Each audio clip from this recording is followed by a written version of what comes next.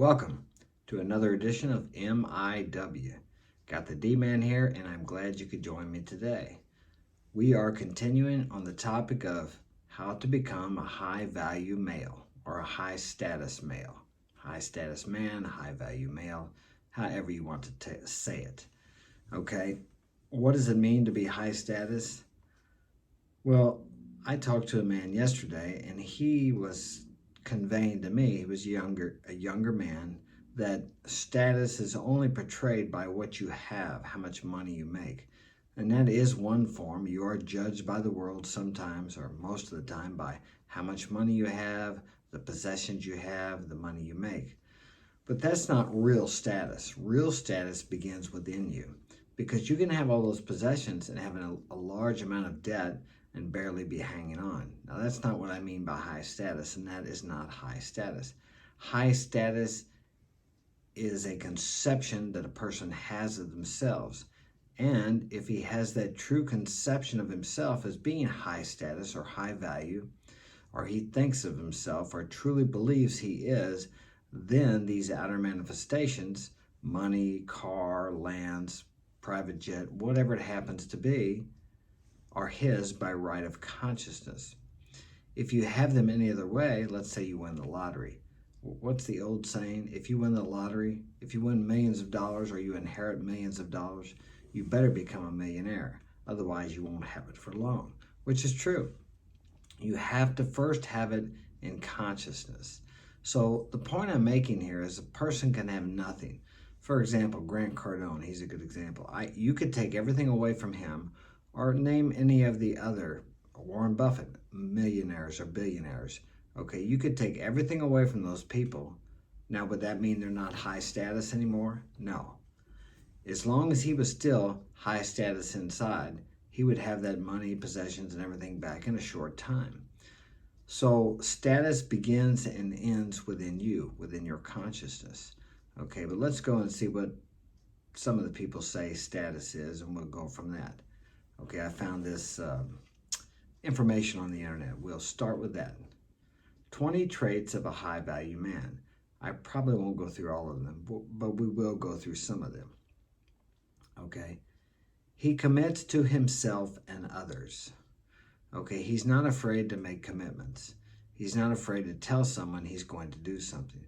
For example, in my business, I tell people I'm going to be there next week at 8 o'clock. I be there. I tell them I'm going to come over and do this certain job and have it done at a certain time. I do it. And if I can't, because sometimes things arise that you have no control over, then you go immediately and explain it to the client. And that is a man of your word. You can't always fulfill everything you promise, but you can put out the effort and do your best. Always do your best. A high value man always does his best, even when no one is looking, because he does it for himself. And this builds up your self-esteem and your self-value, because no one is going to value you any more than you value yourself. And if you find people devaluing you, excuse me, then you are devaluing yourself. No one can do anything to you unless you have first done it to yourself. People just mirror back to you what you believe about yourself. Okay? Number 2, he loves putting forth effort for a woman. I don't know about that. Sometimes I think, was this written by a woman? Okay, chasing tail is fine, but if you're chasing tail more than you're chasing excellence, that's really not high value. A high value man puts his mission and his purpose first. Now, there's nothing wrong with he loves putting forth the effort for a woman. Maybe I'm taking that wrong. I love putting forth the effort for a woman in the same respect that I love putting effort forth to accomplish my goals and my mission and to reach my vision. But I have to say, I actually love putting forth, okay, I'll say it this way. I believe that fulfillment comes more from loving putting forth effort for your vision, your mission, your purpose, your goals, than putting forth effort for a woman. Because even when I put out effort to reach my goals and it doesn't seem to work, I know that it will still happen with my vision. Now, you put forth effort for a certain woman, you don't know whether or not you're going to accomplish what you want to accomplish with her or not. I just think it's important to keep your number one priority your mission. Never put your woman as your number one priority. Always have something that's ahead of her. Now, the Romans believe that a woman should be put a little bit above a slave. Now, I know if there's a woman listening to this, they're going to have a fit about that probably. And there's a lot of truth to that. Okay, that doesn't mean that you degrade and treat women like a slave. It's just that if you put too much importance on a woman and she feels that she is that important to you, she loses confidence and trust in you. I don't really know why. I could go through the explanation of that, but I would recommend you read Rollo Tomasi's book, The Rational Male, because he does a great job of explaining that, and he has statistics, and he uses history and actually events and current events that have happened that explains why this is. Now, I understood that when I was younger because I had many women. I had a wife, I had a steady girlfriend, I had another half-steady girlfriend, and other women that I was sleeping with. And all these women respected me. They would wait for me for hours. They all knew that I had other women, but yet they respected me. Okay? Now, that doesn't make sense according to the narrative of what people say a good man is today. But that's what works. Now, if you go out on the other side, and I've tried this too, to be the man that society and women say they want, the dependable, the steady, the good father, he goes to work every day, he provides his home, family, and everything like that. He's home every night, and he takes his wife out to dinner or girlfriend once a week. That's boring. They say they want that, they think they want that, but the day will come if you do that, and that is what you do, and you give her security, you're there for her, you listen to her when she has problems, you're understanding, you allow her to make the decisions, allow her to help make decisions, and you let her be the ultimate authority sometimes. The day will come when she will say something like this. It's like textbook. Well, honey, I love you, but I'm just not in love with you. Or she'll cheat on you with the alpha guy, the guy riding the Harley that gets drunk at the bar every night, or the pool boy, or something like that. Look throughout history and relationships and look what has happened to people. That is a common theme, okay? And they don't know why they do it. They don't even understand themselves because they emote. They think on an emotional level. They'll say sometimes if they're treating you badly, I don't know why I treat you like that. And they don't. They're honest. Women are different. That's why we love them, right? That's why I like them, because they're different. If they were the same as you and I would not chase them. But don't chase women. It's a bad idea. Let me rephrase that. I would not want to be with women, because I have chased women. And anytime you chase women, they run away from you. Whatever you are chasing is running away from you. So if you be the alpha male, they come to you. Attract women by being the man that all men want to be like, and being the man that all women want to be with. Works well. I've done it. Here we go. He makes plans and follows through. That goes back to commitment. If you commit to do something, do it. He calls and doesn't rely solely on text. And nowadays, that is really, we used to always have to call because we didn't have cell phones. It's much easier to face rejection with a text message. I mean, and I've experienced where people will answer you with text, even in business, but they won't talk to you. They're afraid to talk on the phone. Social communication skills with younger people has really fallen apart. They rely so much on instant messaging that they don't really want to talk face to face because it's more difficult. It's more fearful. It's more frightening. But as a man, you've got to do that. It's much more important. If you call a girl and talk to her verbally, or if you talk to her on FaceTime or webcam, these things are important. A lot of them won't talk like that when you first meet them, but they want to be. You can't just call them out of the blue because maybe they look like crap, they don't have their makeup on, they didn't fix their hair. Now in the USA, that's not as important, but in other countries, they want time to prepare, or at least the women that I've gone out with in other countries, and I've dated quite a few women from other countries. I prefer to date women from somewhere other than USA. because at least in my area and in most areas in the USA, I've heard Miami's good. There's a lot of beautiful women there, California. But in the Midwest, they just don't present themselves as beautiful as most men like them to. I like a woman who wears makeup, dresses nice. I like a woman who wears heels. That's very rare around here to see a woman with heels on. That's a whole nother video. Let's go on. He is a great conversationalist, and this is very easy. The greatest conversationalists spend more time listening. If you're afraid to talk to a girl because you don't know what you'll say, don't worry about what you'll say. Think about what she's going to say. Ask her questions about herself. Oh, you went to school in Florida? What did you like about Florida? Open-ended questions. Don't ask her questions that she can say yes or no to. And then when she starts explaining to you what she liked about Florida, listen to what she's saying. She will give you leads and cues about what you can ask her next.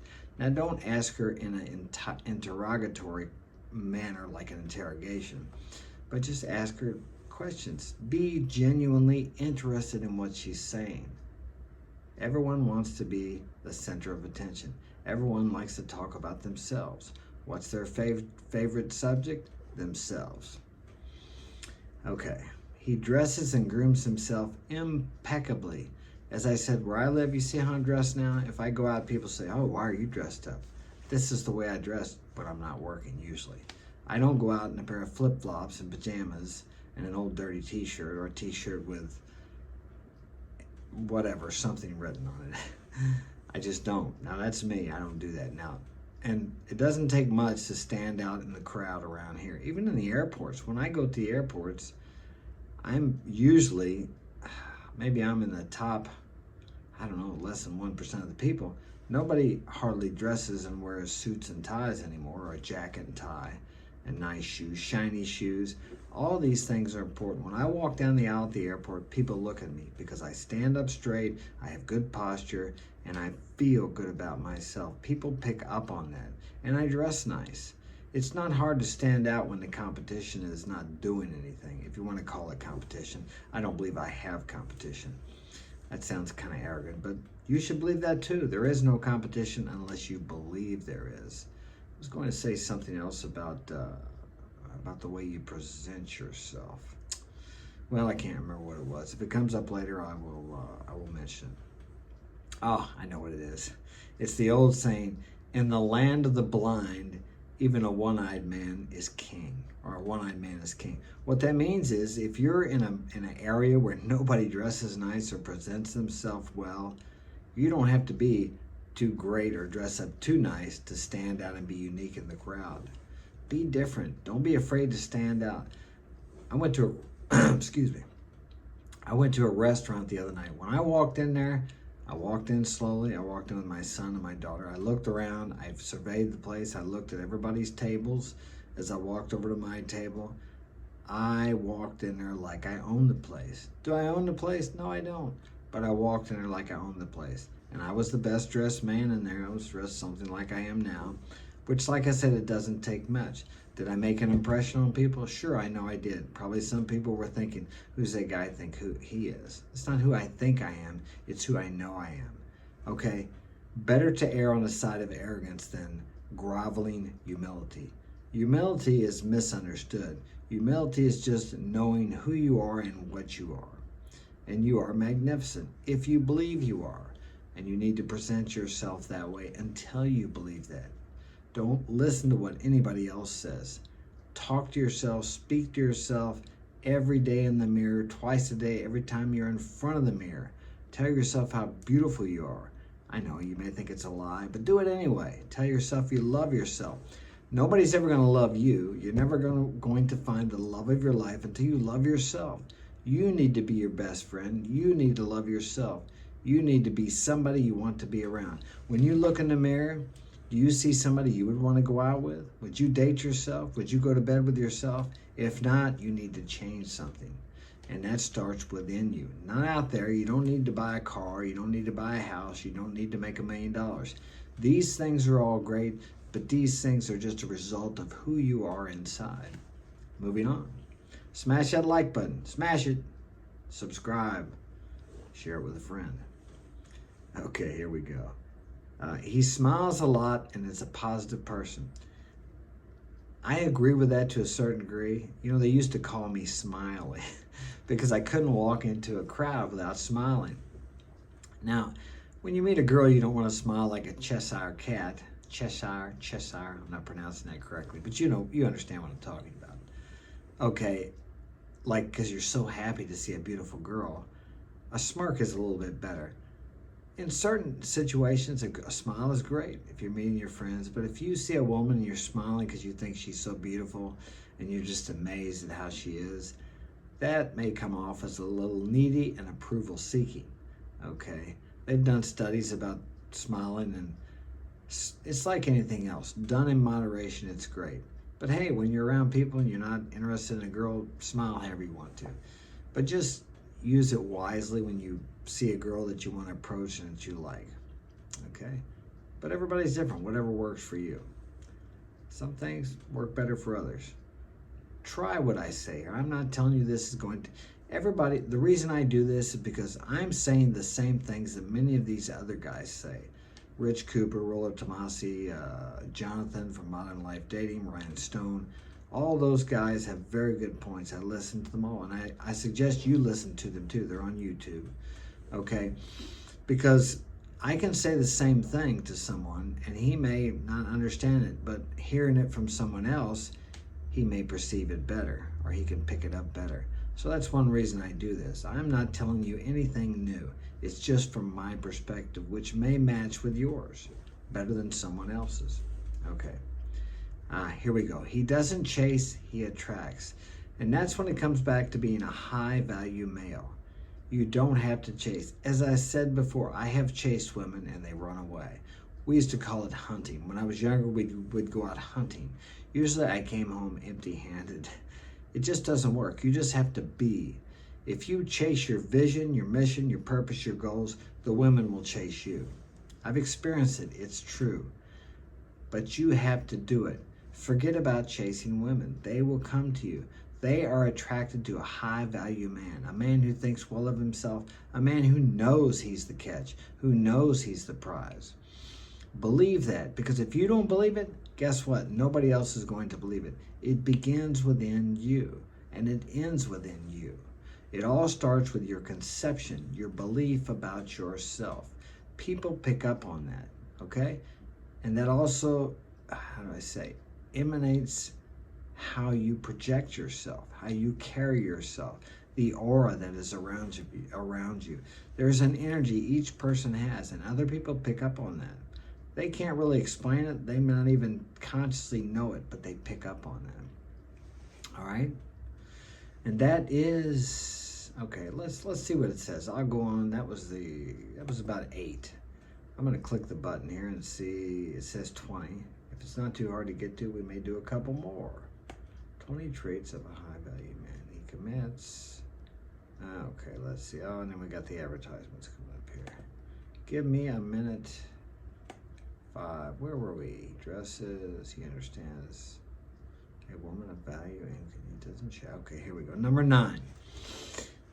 He understands a woman of value can choose. You know, I have read that women choose the man. Maybe that's true. But the last girl I went out with for over a year, I met her and I had 2 other girls lined up. Okay, I had choices, options. Always need to have options. Like right now, I have options of, I'm not going out with anybody at the moment, steady. But I have options. So when I talk to these girls online, they're out of the country. They're beautiful. They're young, they're beautiful. I could go see any of them right now if I wanted to, okay? But I got to meet somebody that strikes my interest. First off, I don't want to just go somewhere to meet someone. I would like to go somewhere and have them come with me. I don't want them to be the sole purpose of my trip. I just don't want to do that. I have done that before. Like, for example, I'm going to go see Ludovico Eunadi. He's a great pianist, concert pianist. Okay, I would take someone with me, but I don't want to just go somewhere to meet a girl. Now, when I did that before, what I did was I had 3 girls lined up to meet. But back to what I was saying, I met this girl. She really liked me. I liked her, so I went in and canceled my other plans with these 2 other girls. Probably looking back in retrospect, I should have went ahead and met the other girls, but that's what I did. Okay, so did she make the choice or did I make it? I feel as though I made the choice. I believe I made the choice to stay with her, although she wanted me to. So think about that. It doesn't really matter, but I feel as though you need to set the frame. You're the one that chooses what happens and what doesn't happen. Yes, she decides if she wants to be with you or not, but you also decide if you want to be with her. So I don't really agree with that the women do the choosing. I mean, I understand a woman of value. I understand a woman of value can choose, but so can we. That's debatable. Okay, his car and home are tidy. I kind of fall short on this one. That's why I say I need a woman here to clean my house. I've hired people to clean. They don't last long. They start complaining about the kids. These kids need to clean this. These kids need to clean that. I'm like, here's the deal. If they did that, you wouldn't have a job. So I don't want to listen to them complain, so my house is kind of a mess, right? Yeah. If I could find a good cleaning lady, hey, if you're a good cleaning lady, I mean a good one, if you can clean as good as me, I get on my hands and knees and clean that floor when I do it, okay? Don't ask me to buy you a mop. That's the way I want it done. Is that degrading? It's not for me. I do it. So what's the problem? But all the maids complain about it. Buy me a mop. Okay, so I buy them a mop. They still don't do a good job of cleaning. Okay, anyway. So my house is not very tidy. My car isn't either. Now, when I had my Lotus, I've had 2 Lotuses. I love those cars. They're made in England. Lotus Esprit. And they were clean as a pin. But I hardly let the kids get in there. One day my daughter puts her feet on the dash and I got on her butt. And she's like, God, you act like this car is a person. I said, well, I want to take care of it. Now my regular car, the one that my mom passed on to me when she died, it's an Impala. It's a mess. I don't care. But I love driving it. It's comfortable. So with the 6 kids, my house is not very tidy and my car is not very tidy either. But I take care of myself. I stay tidy. So, but if you're single, when I was single, my house was perfect. Well, not perfect, but close to it. And it should be. It's easy when you're by yourself. When my kids are gone for a couple days, it's easy to keep the house perfect. Okay? He's fun. Don't forget to be fun. That's number 11. He's fun. A high value man knows he's a fun person to be around. He works hard and plays hard. When there's music, he's dancing. If there's karaoke, he's singing. He's a guy who goes for it and wants everyone he's with to have fun, a fun time.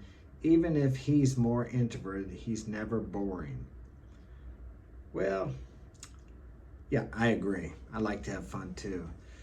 Part of the problem I had, and some of you may experience this too, if you work hard like I do, I mean, I don't feel like it's hard work, but like I get up at 4 or 5, 6 in the morning. It depends what I got going that day. I put 2-3 hours of work in before I ever leave for my company job, for the business I have. Okay, I get home at night. I meditate. I work out sometimes. I work out 2 to 3 days a week when I'm physically working hard. If I'm not physically working hard, I work out twice a day sometimes. Where was I going with that? Geez, I lost my train of thought. Oh, okay. So when I go somewhere with a girl, I like to relax. I mean, I went to Paris with this girl. We had a good time. We went to Disneyland. We went to the Eiffel Tower. We went to the Palace of Versailles. Now, I loved all that, but sometimes I just want to kick back and relax. Like when I go to the beach, Cancun, or I like to go to the Caribbean. Aruba is one of my favorite places. I sometimes just want to relax and sit on the beach. I want to just sit in a room and look out the window usually I have a beach, a view of the ocean. I like to just sit and watch the wind blow in the palm trees, and because when I'm here, I'm so busy. I was working last night till 10:30, okay? So, but I love it. I love doing that. But when I go somewhere, I just want to relax. I don't want to be running 100 miles an hour trying to figure out what I'm going to do. And if a girl is with me, I take a girl with me. It's either comply or goodbye. I don't want to put up with a bunch of crap. You know, if she wants to go ride a jet ski or do a paratroop, parasail, that's it. Hey, go for it. I'll sit on the beach and watch you.